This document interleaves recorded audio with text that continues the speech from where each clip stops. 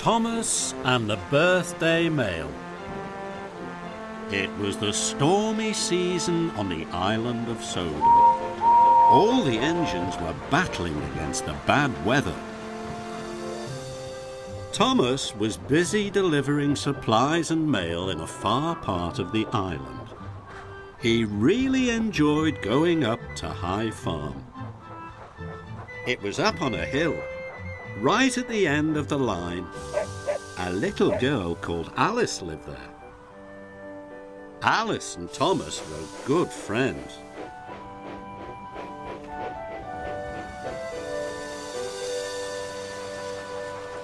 One day, Thomas was on his way to High Farm when Rosie stopped beside him. Rosie was a cheerful, chirpy little tank engine. She was always pleased to meet Thomas. She liked him so much that she wanted to be just like him. So she tried to copy him. She tried to wish the way he did. She even tried to whistle like Thomas. It made Thomas cross.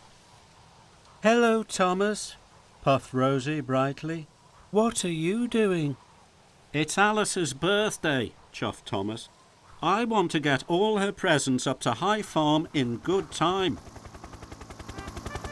Just then, Harold the helicopter arrived. "Another storm warning, I'm afraid," he shouted. "High winds on the way and heavy rain." Harold warned Thomas not to go up to High Farm. "Heavy rain can cause landslides on that hilly route," he said. And Harold flew away. Thomas didn't want to let Alice down. "High winds don't bother me," he puffed. "Or me," chuffed Rosie. "I'll come as your back engine." But Thomas didn't want Rosie to come. "No, thank you, Rosie," he huffed firmly. "I'll manage on my own." And he chuffed quickly away. But Rosie liked Thomas very much, and she wanted to help, so she chuffed cheekily after him. Thomas puffed along the line to High Farm. The sky grew darker and darker. Soon it was pouring with rain. Thomas's pistons pumped and his boiler bubbled. It was hard work.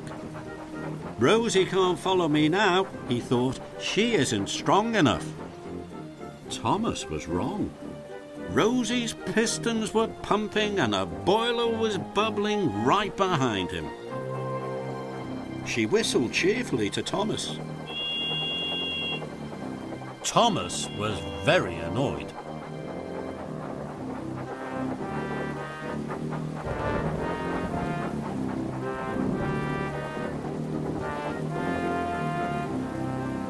Soon Thomas came to a junction. One way was the longer, easy way to High Farm. The other way was shorter and much harder. Thomas knew that the longer way was safer. "But I'll take the shorter way," he wished. "Then Rosie won't follow me. She's not strong enough." As the storm raged, Thomas puffed furiously up the steep track. Thomas was almost at High Farm. He was sure Rosie wasn't behind him now. "I won't be seeing any more of her today," tooted Thomas happily. Then there was trouble. Earth and stones tumbled down the bank and blocked Thomas's track. "Cinders and ashes!" cried Thomas.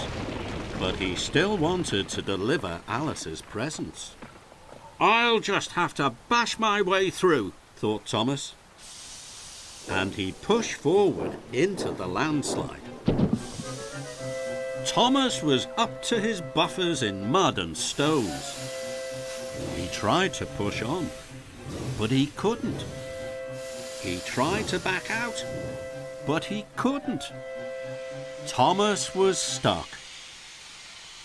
Thomas felt silly. and very sad. I should have listened to Harold, he wished unhappily. Now Alice won't get her presents on time. I've let her down, he thought sadly. Then he heard the toot of another engine. It was Rosie, puffing proudly up the hill behind him. "It's me," tooted Rosie cheerfully. Then she saw Thomas was stuck. Thomas felt very silly. "I'll go and get help," chuffed Rosie. "Wait a minute," whistled Thomas. "Please, will you deliver Alice's presents for me?" Rosie was very happy. "Of course I will," she puffed. Rosie was soon coupled up to Thomas's trucks. Then she steamed off to High Farm. Thomas waited for Rosie to come back. He was happy she had followed him after all. Soon Rosie came puffing back down the line. "Alice's mother has telephoned for help," Rosie told Thomas. "Edward is on his way to pull you out." Then Thomas noticed that Rosie had a passenger on board. It was Alice. She had come to thank Thomas for getting her birthday presents to her. "I couldn't have done it without Rosie's help," Thomas puffed. "Now we can all celebrate your birthday together." Thomas tooted happily. And so did Rosie.